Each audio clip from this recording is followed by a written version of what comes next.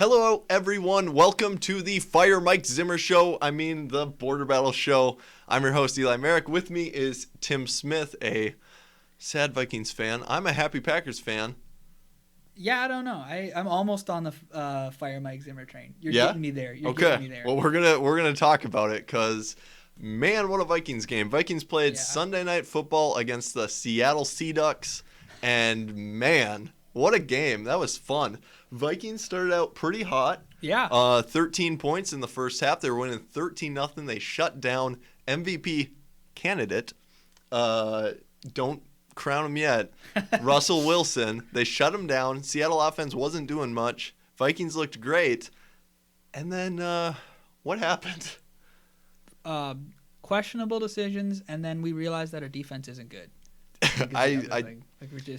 It's not what it once was. They looked good for stretches of that game. Like, I thought they did a really good job stopping the run. I was impressed. The pass defense was... Yeah, but that's been rough all year. Taking a step back, before you look at the game, yes, think about this for a second. The Mike Zimmer teams of the past, yeah, when you're up 13-0 at halftime, like, that game's over, right? Yeah. Like, you're going to win that game. Yep. Yeah, and most of the time. I think that's just very descriptive of where our defense is now and where the fact that Mike Zimmer isn't, I don't know if it's on Mike Zimmer or the young defense, where the blame lies, but it's just not the same defense as it has been. Yeah, and Mike Zimmer's not the one making all the roster moves in the offseason. I think the Vikings' biggest problem this year was their offseason. The team, just on paper, is much worse than it was last year, and I don't think there's any denying that. But there were a lot of decisions that were made in the game that were not good, and let's talk about those. So Vikings are up 13-0. They start the third quarter, and there was a 2-minute stretch where Seattle scored 21 points. Yeah, that was an absolute implosion.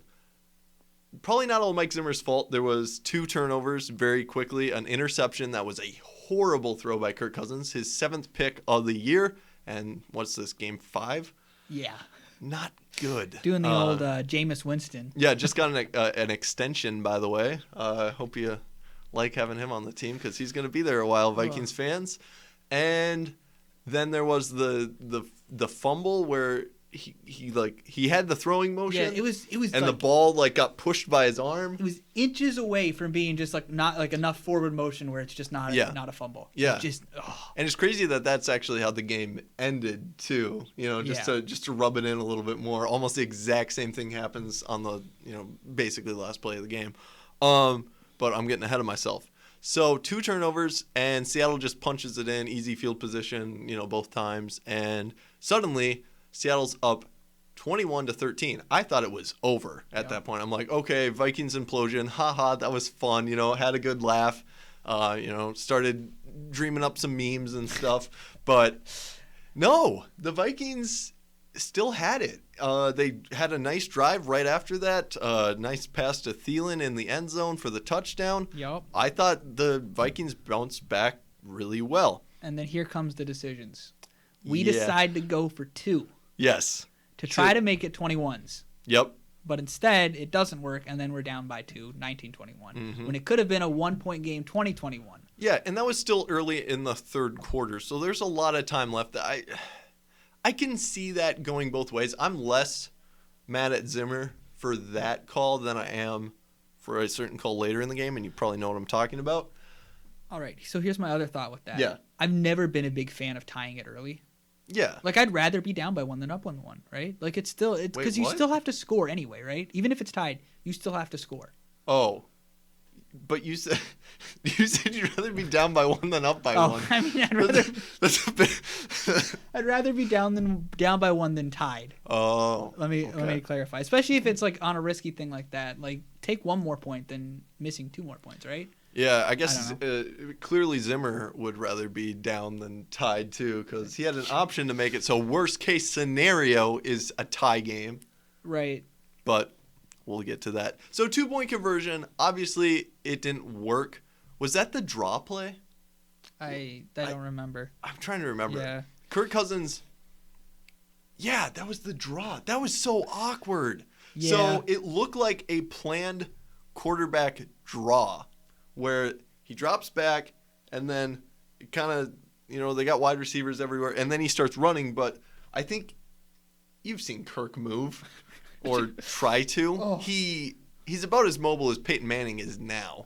Yeah. Oh, man. It's rough to watch. So I feel like he probably got the play call and was like, what? And then he just seems he seems super sluggish and like very unsure. Maybe it was just a broken play. I don't know. But it seemed like it was the play call to me. The only way that play works is if you just confuse the Seattle defense so much. Like they won't see it coming. That's the only way that works. Is they're just like they never would have seen it coming. I think the idea is he moves slow enough that they won't actually see the motion and they'll just think he's standing still until he's in the end zone. The ultimate trick play. But anyways, it doesn't work. Vikings are down 2. Right. Vikings score another touchdown. Yep. Things are going great. They get a couple stops. Seattle is really struggling to run the ball. They can't really move the ball down the field unless it's Russell Wilson just doing heroics, which he's good at. And the Vikings score another touchdown. Also Thielen. He's on my fantasy team. It was wonderful. And now you're up by 5. Yep. And at this point, all of Seattle's scoring has been in that one little period. Yep, the 2-minute period. 2/3 of that scoring, 2/3 of those touchdowns were more on Minnesota errors than on Seattle drives. Yeah, for sure. Vikings they dominated time of possession. The run game was unstoppable. There was a Dalvin Cook injury that we should mention. Still not sure how long he's going to be out. It's looking like at least a week. But we're still kind of waiting on results for his MRI and stuff. But Alexander Madison's a very capable backup. Right. And the run game was ridiculous. I think you finished the game with 170 yards on the ground or around there. Yeah, he had a good game. Yeah. So Madison did fine. The run game was looking pretty unstoppable. You're chewing clock. You're up by 5. Vikings, get a turnover. Very timely turnover. There's 5 minutes left. Russell Wilson throws a pick, which he rarely does. It was, I think, his first pick of the year. So Vikings defense comes up big. It's a big Mike Zimmer defense moment, and the drive is going really well for the Vikings. You drive it down. You get it down to the 5. There is, was it 2 minutes?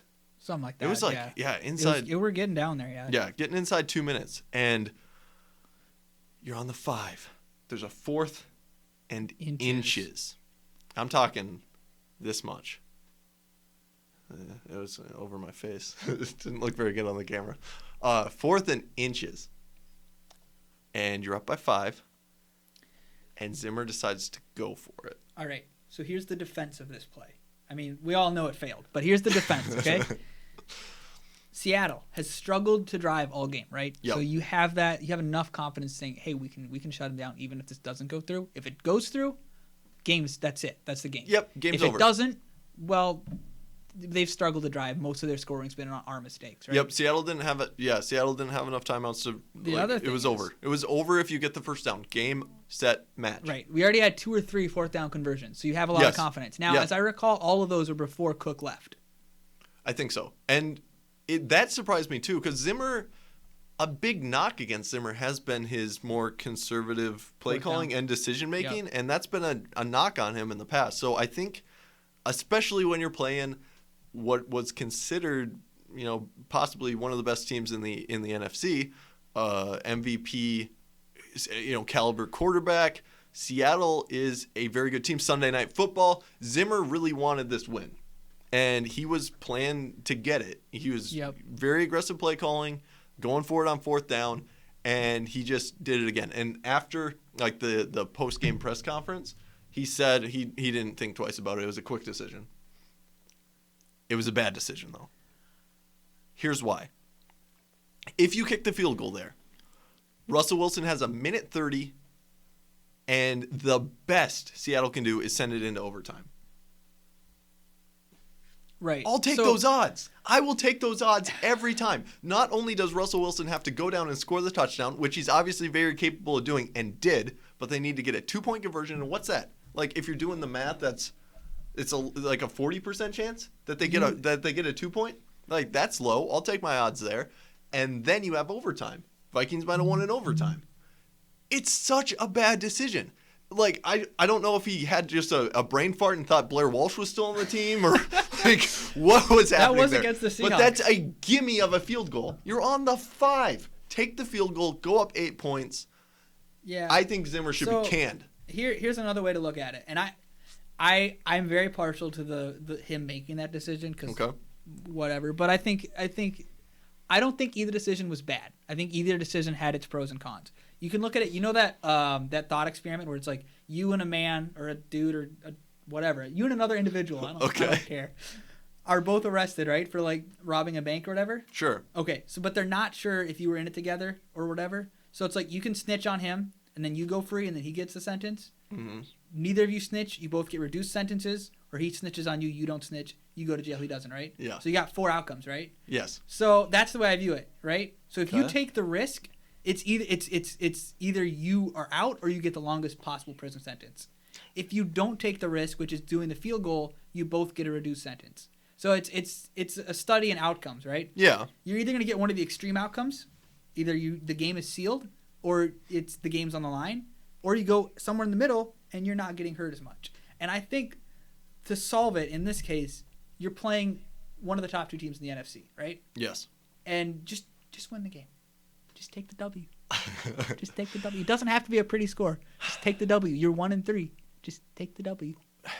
And if it's against almost any other team, I'm a lot more partial to it. But because it's the Seahawks and we just needed to win, and if we win that game, think of what the conversation is now. Think it's like, the Vikings team's gonna come back? Vikings are 2-3. You just beat one of the best teams in the NFC. Your defense stepped up big time and did a good job shutting down, one of the best offenses in the league right now. They have so many weapons and an MVP caliber quarterback. Yeah, the Vikings, like, just the outlook on the rest of the season would be so much more positive, but all because of a stupid decision. It's not. The Vikings are now, like, firmly in the Trevor Lawrence sweepstakes. I hope you guys like having him in purple because... Hey. We'll have the most expensive clipboard holder in a couple years in Kirk Cousins. Kirk Cousins getting his big bucks holding the clipboard. Yeah, that honestly might be happening. And the horrible thing about all of it is watching the game. Everyone knew this.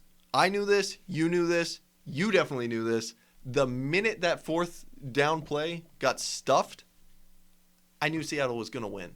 Everyone knew Seattle was going to win. You could feel that. It was the most inevitable thing ever. And Zimmer's got to know that. If this fails, Seattle will win.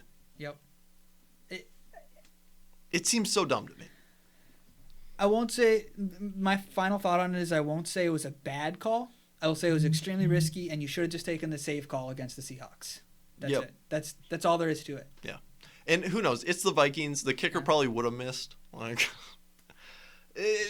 maybe Seattle was just going to win that game regardless of what happened, but I take my chances with an 8-point lead with a minute and a half left. Right. Like, I mean, come on.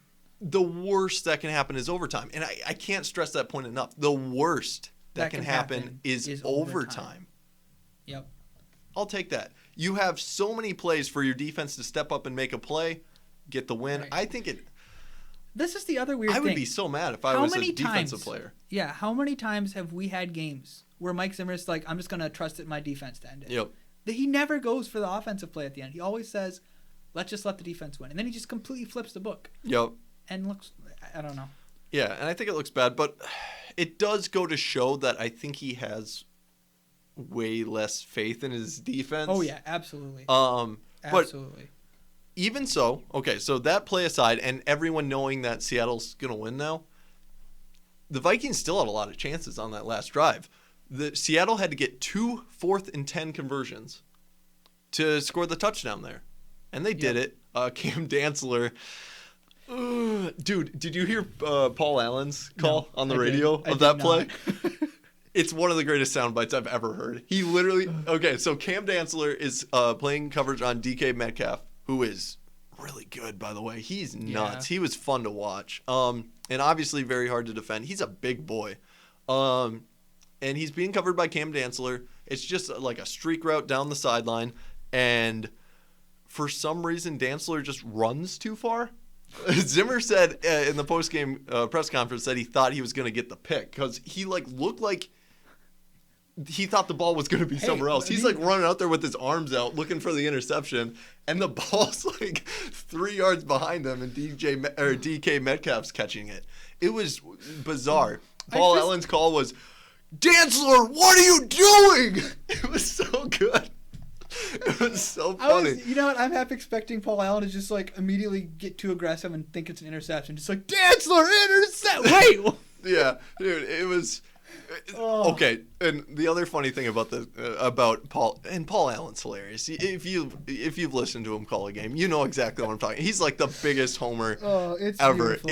It makes it very fun because at halftime, you would have thought the Vikings won the Super Bowl. He was so excited, and then just that 2-minute stretch and the end. Oh man, it was a beautiful thing to behold. It was delicious. It's like listening to a Vikings fan. That's all it is. It's not an announcer. It's just you have another Vikings fan. Yep. Happens to be at the stadium. Yeah. And has a mic in front of him. Just getting Vikings fan just getting his heart ripped out just again and again and again. Yeah. So I mean. Yeah. So that was a 4th and 10, and then they get down inside the red zone. It's 4th and 10, and they get the touchdown to Metcalf on a 4th down. And it was just a great catch by Metcalf. The Vikings defense was good. It was, it was just a great play by, an MVP caliber quarterback and an up-and-coming rising star of a wide receiver. I don't know. It feels bad. It feels bad. And then, of course, Vikings still had a chance. I mean, they could have did the Hail Mary play. They didn't have much time. Right. And then it was another fumble. I have zero faith in Kirk Cousins on a Hail Mary. Really? Yeah. No. But it does beg the question, how much longer do you give Mike Zimmer? Not, I think, the way I view it is you'll be fine with Mike Zimmer. You'll be fine. I don't think he'll hurt your team. Yeah, I mean, if you look at, the Vikings team's records before he got there. Is he going to elevate? Seasons. He's going to elevate your team at this point. Is he doing anything at this point? And do you need to just mix it up? Even if he's fine, you just need to mix it up. If Kubiak was coaching that game, the Vikings win. I don't know about that. I'm saying it. Because I don't know. I don't remember enough of Kubiak's coaching to know if he'd have made as many 4th down calls like that.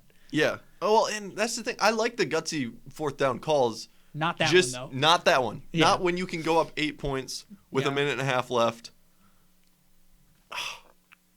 It makes no sense to me. It really doesn't. And it's interesting. I've heard people argue both sides now. It's the obvious, which one do you pick? It's are you a Coke or a Pepsi fan? Are you a Democrat or a Republican? Do you like the East Coast or the West Coast? Aaron Rodgers or Brett? It's the obvious question after the game. Right.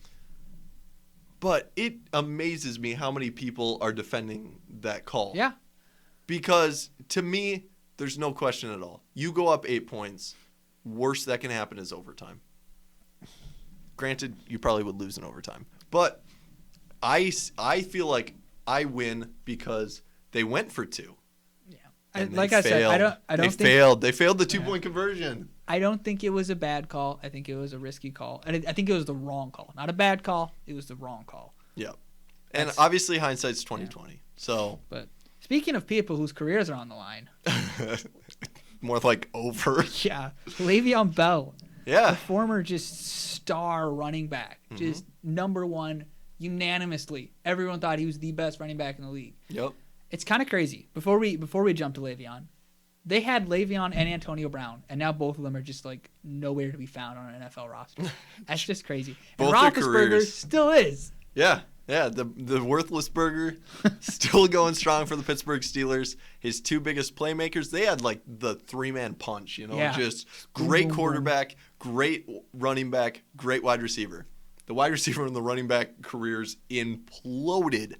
Le'Veon Bell has been cut by the Jets, or I guess the correct term is released. They still, get this, are going to be paying him $8.5 million this year. So they don't think he's even, they would pay $8.5 million to not have him on the team. They have Frank Gore on their roster. They're 1 or 2 back now.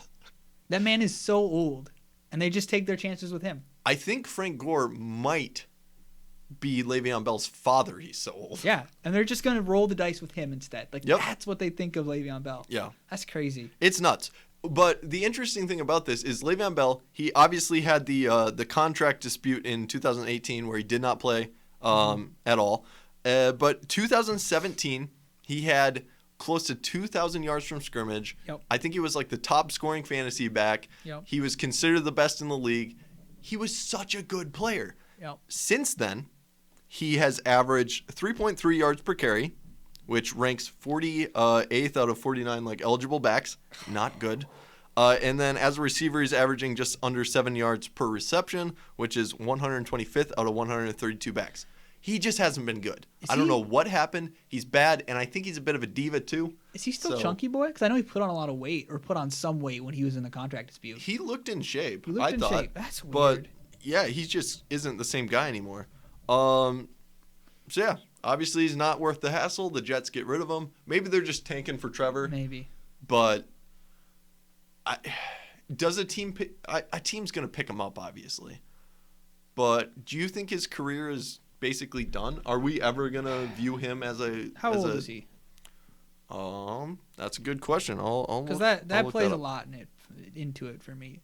I think he could potentially turn his career around. There's enough smart offensive scheming coaches where if he's with the right team, I think he could turn his career around. The issue I see is I don't know if any of those teams are going to grab him. He's only 28. Yeah. So, like, I could see if he went to, like, the 49ers, although they have a lot of backs, I think he could turn his career around. I think Shanahan can do a lot of good with him. Mm-hmm. Or if he went to, who's another good offensive schemer right now?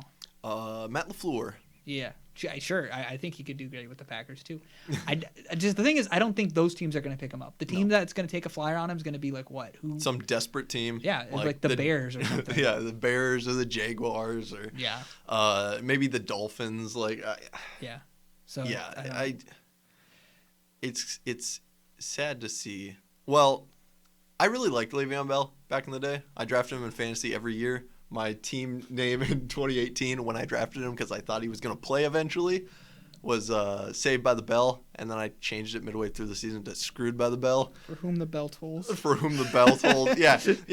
Like, man, I loved Le'Veon Bell. Yeah, and he was so fun to watch. He was like such a patient back that just had that burst. You know, he'd sit behind the line of scrimmage, just wait for his blocks. He was so good, and such a good receiving back too. And now...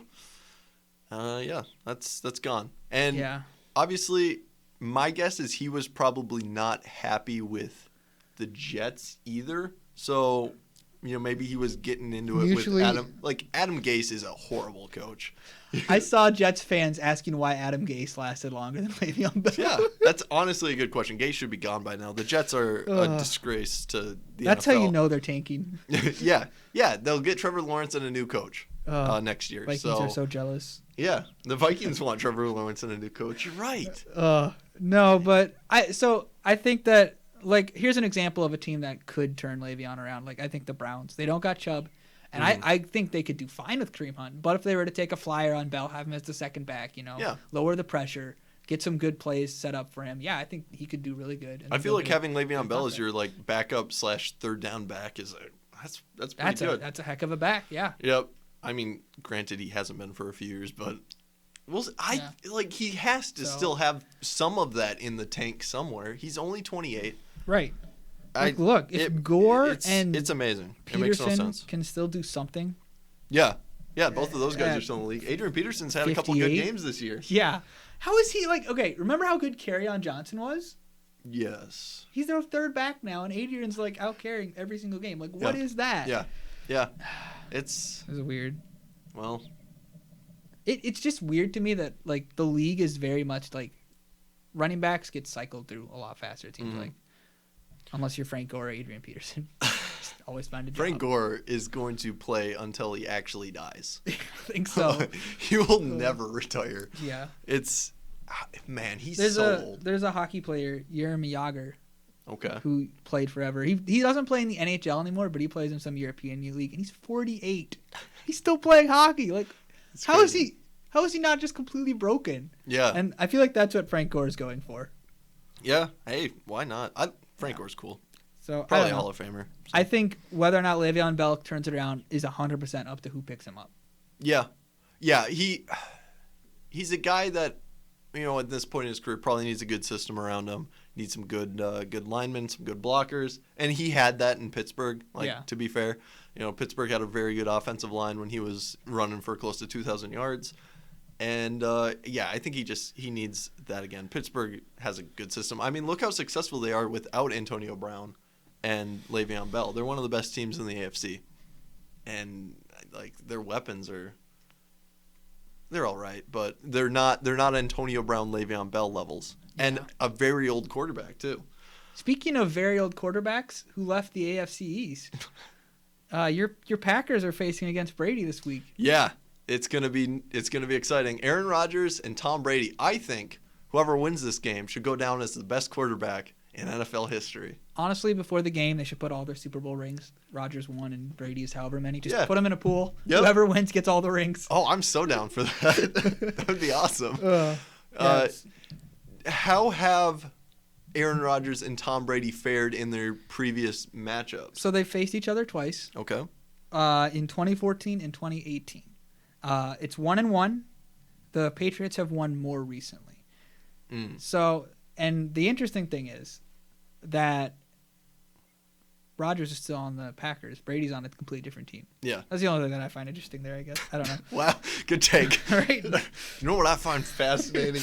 I'm out here with the Booger McFarland takes here. It'll be fascinating. If they convert here, they'll have a first down. They'll get a new set of downs. Yeah. Yeah. Hey, Madden, if you need a new announcer, I'm right here. I'm giving you hot takes. He's available, guys. This should be a very fun game, and it's gonna be the first game against a good team for the Packers. I don't know if the Buccaneers are a good team. You could have sold me on that before they played the Bears. Bears game. Yeah. Well, maybe. Have we ever thought about maybe the Bears are a good team? No. I think Nick Foles is just Tom Brady's kryptonite. That's fair. Nick Foles is just a better quarterback than Brady. He's a better Brady. He's not a good quarterback. He just does Brady. He just out-chess Brady every time. Yeah, it's great. I mean... Dude, he flustered Brady so much he couldn't even count to 4. Brady's That's true. Man... 4. Brady with the senior moment. That was not even knowing what down. So you did go to Florida to retire. So that alone should make Aaron Rodgers the best quarterback of all time. Wait, what alone should? That Brady mess up. How does that make Rodgers the best? Shush. It makes sense to me. It makes sense to me. All right. Rodgers will never do that ever. So therefore he's better. All right. Well, I rest my case. Fair enough. But yeah, we'll see how the game goes. I think Packers. We'll get to picks later, but I think Packers right now should be considered the undisputed best team in the NFC. No.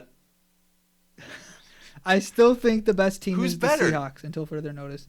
All right, so any team that goes down 13-0 to the Vikings should be considered garbage tier from here on out. I have 2 things to that. Let me posit you 2 things. One, the Vikings are 75% of a good team, right? For 75% of a game, they look good. Or they've been a good team. And then they're just for 25%, that's all it takes. Haven't you lost by 1 your last 2 games? Yeah. That's unfortunate. Well, no, because we beat the Texans. Your last 2 losses have been 1-point games. They've been 1-point games that we choked away. Yep. So for 75% of a game, we're a good team, right? So it's like the fact that the Seahawks were losing to a good team for 75% of a game and then beat the bad team and then other 25% and then won the whole game. I don't know if that's against the Seahawks. You're still 1-4 though. You're a bad team. We're better than our record. We're not a good team, but we're better than our record, and I'll stand by that. The other thing is, I'm not even going to go there, but so I still think the Seahawks are the best team. The other thing is, a good team capitalizes on the mistakes of other teams, and the Seahawks are one of the best at that. Yeah, their turnover differential is always amazing, and but the Packers. Look at the dominance that the Packers have shown so far. Who have they played again? Oh, yeah, they played the Falcons, who are a mess. Mm-hmm. They played the Vikings, who are only 75% of a good team. Okay. Except the 75% was in garbage time against the Packers. The Packers beat... Yeah, the Who Packers... else did they beat? pound it. They played the Lions and who else? I don't need to say anything about the Lions. I don't you know even... what the deal with the Lions is. So Lions are a good team. Who knows? I feel like there was one team they played that was kind of good, and I just don't remember now. They played one AFC team. I'm blanking right now. You should look that up. But the Packers, the dominance they've shown, they've scored 30 or more points every single game, no turnovers, and the defense has been. To be fair, I think I overestimated our defense a little bit going into the year. We have been bad against the run. I will concede that point over and over and over again until we fix that. We have been bad against the run, but we're getting a lot of pressure on the quarterback, and our cornerbacks are great. Our cornerbacks are doing a really good job. We've gotten a lot of picks. If we can get out to a lead, which our offense does every single game, we're set up to beat any team. What are you going to do against us? We get out to a 30-point lead on you. You can't run the ball anymore. Well, I mean, like, yeah, I'm not saying the Packers are a bad team.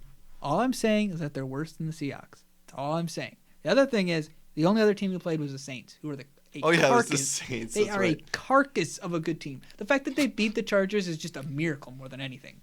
Yeah. Like, they're a carcass of a good team. So, I mean, okay. Your offense yeah, is amazing. It's the best in the NFL right now. It's the best offense in the NFL. Yeah. But the fact that you were like giving up an average of like 30 points a game, that's not good. I don't All care. You need to face, as long as we score 40, I really don't care. Like, we'll get to picks in a second, but like I don't know that the Buccaneers are going to beat you. Yeah. But that still doesn't make you a good team. Like, you're still worse than your record. Who do you want us to beat? Like, we can only play the teams on our schedule. Tampa Bay is going to be the best test that we're going to get. You haven't faced the Bears yet.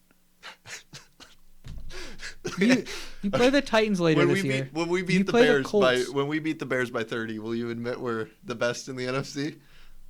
When you beat the Seahawks. When we beat the Seahawks. I'm moving the goalposts. Yeah, just big time. All over the place. I am a little bit worried about the Packers-Seahawks NFC Championship game because we know how those go. That'll be fun. I'm just going to pull out the popcorn because I don't want either of those teams to win, so I'm just going to pull out the popcorn. One thing that I'm excited about, and granted, this kind of like this might happen every year, and then it always doesn't.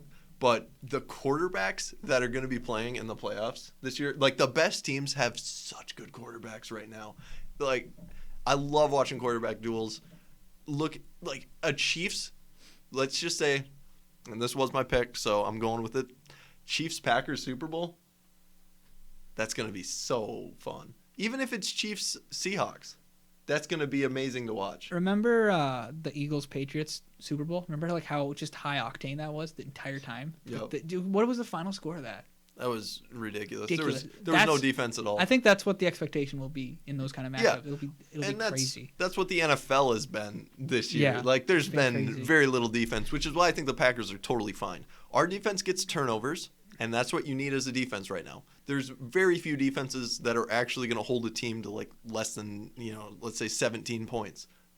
Teams aren't built to do that anymore. The way the game is called, teams aren't allowed to do that anymore. It's an offense favored league, and it's designed to be that way. The Packers are set up to make that work, and I love the way LaFleur has built our offense. We have a running back rotation with Aaron Jones, who is a top 5 running back in the league, and I'm saying it now. I've been saying it forever, and I think people are finally starting to realize it. And a very competent guy, second guy, in Jamal Williams. They rotate time, so Aaron Jones is always fresh. Like, they almost do equal time. And I think it's just brilliant. And the way that we're still I would say the Packers are a run-first team, as preposterous as that sounds with Aaron Rodgers. The way our offense is set up, we use the run to set up the pass. You can't stop us. It's an evolution on Rodgers. Mm-hmm. It's like it's keeping him, giving him fresh looks, or the defense fresh looks at him. Yep. So it's not the same old Rodgers. Yep. The other thing is, the 49ers are injured, but I think they'll be about as good as the Packers once they're healthy again. Because Shanahan's an offensive wizard once he gets all his tools in his tool shed. And you guys play them. Didn't they bench their quarterback? I think Jimmy G got benched. I thought he was like injured for a couple. Well, he was injured for a little bit, and then he got benched. Hey man, CJ beat hard. Beathard? I don't know how to say his name. He's gonna be a beat stick. I will say the weirdest thing about Kyle line Shanahan, the weirdest thing is like the quarterback he wants more than anyone is Kirk Cousins, and I don't get it. Like he's always just like, I wish I had Kirk Cousins. I think that's a sign of a bad coach. I mean, he was in the Super Bowl last year, so I don't know what to tell you. That's true. I don't know. I think the 49ers, that was an anomaly year.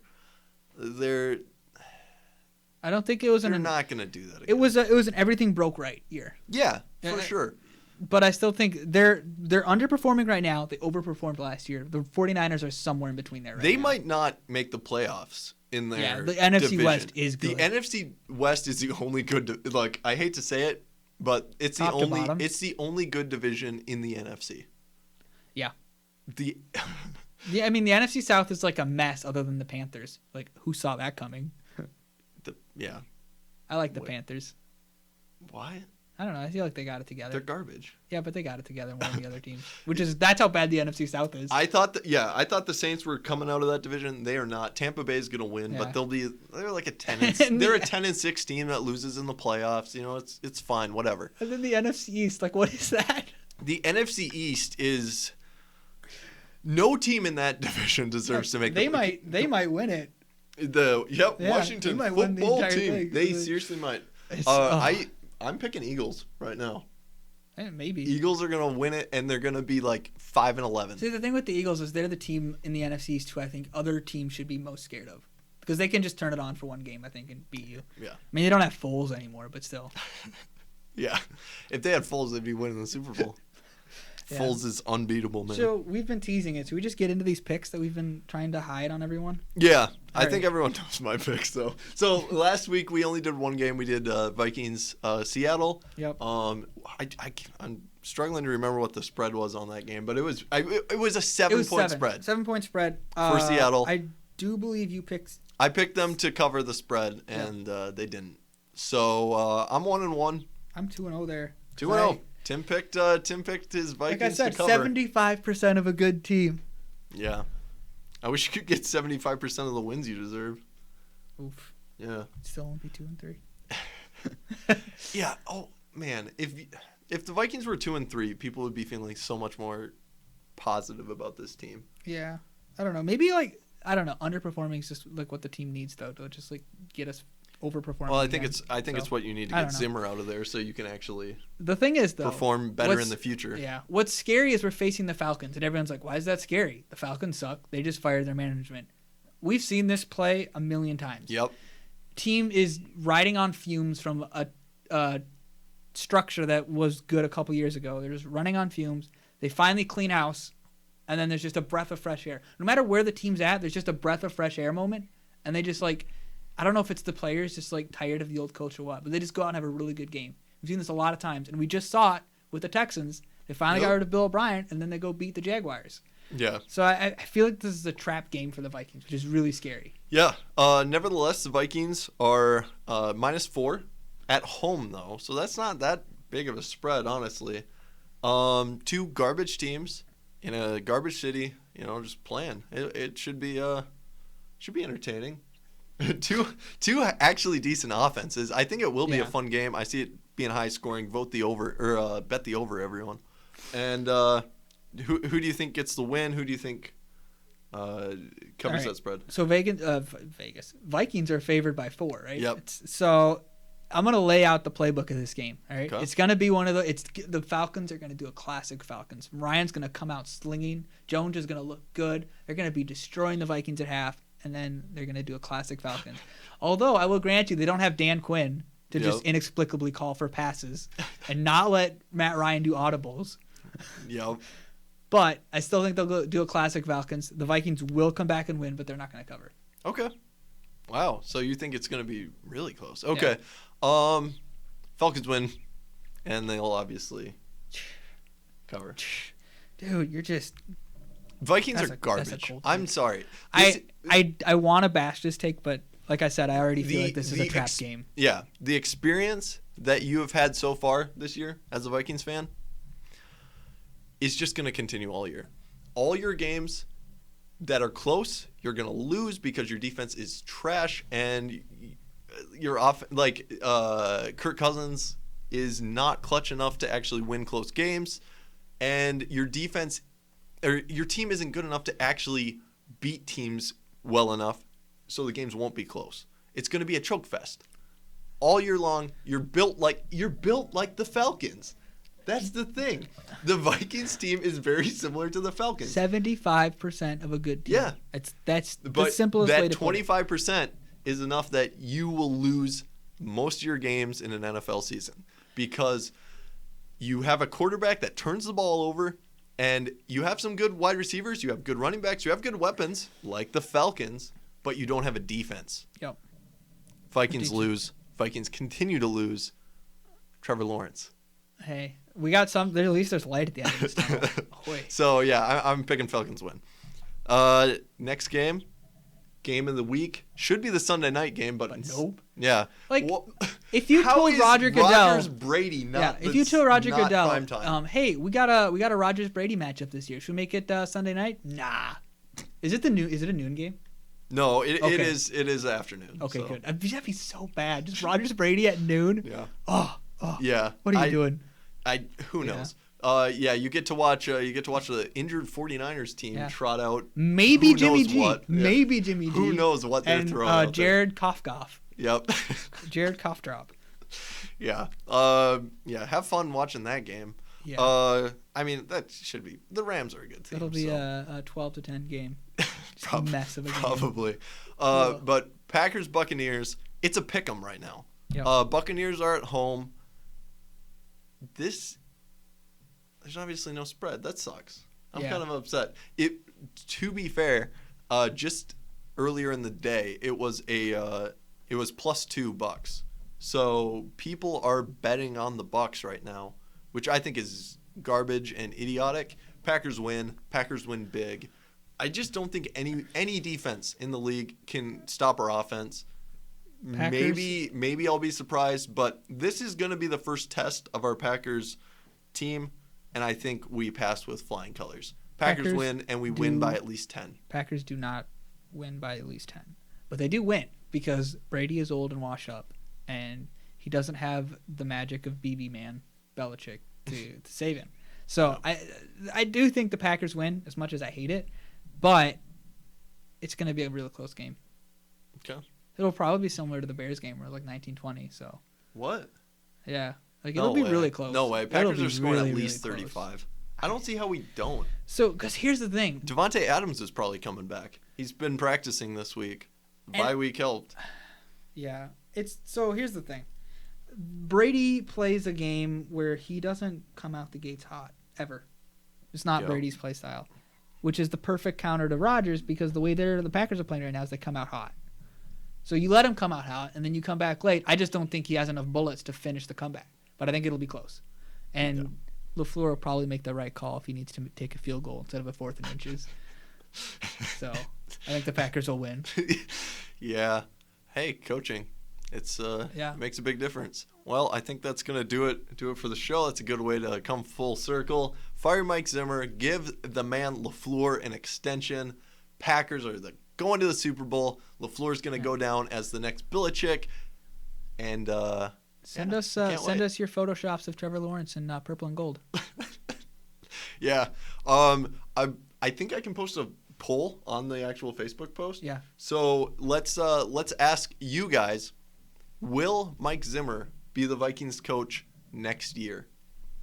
What do you think? Good question. Yeah. What is your gut instinct right now? What are you thinking?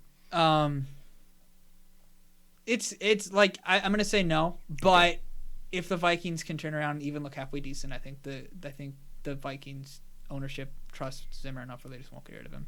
Yeah. But if they keep up what they're doing, if they keep up their whole 75% of a good team thing, then he's probably gonna get.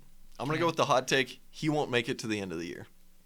Maybe we should trade Zimmer and Cousins together. Yeah, package deal. I think you'd have to pay a team to take those guys. Is the XFL gonna come back? Dude, they would dominate the XFL. Yeah, dude.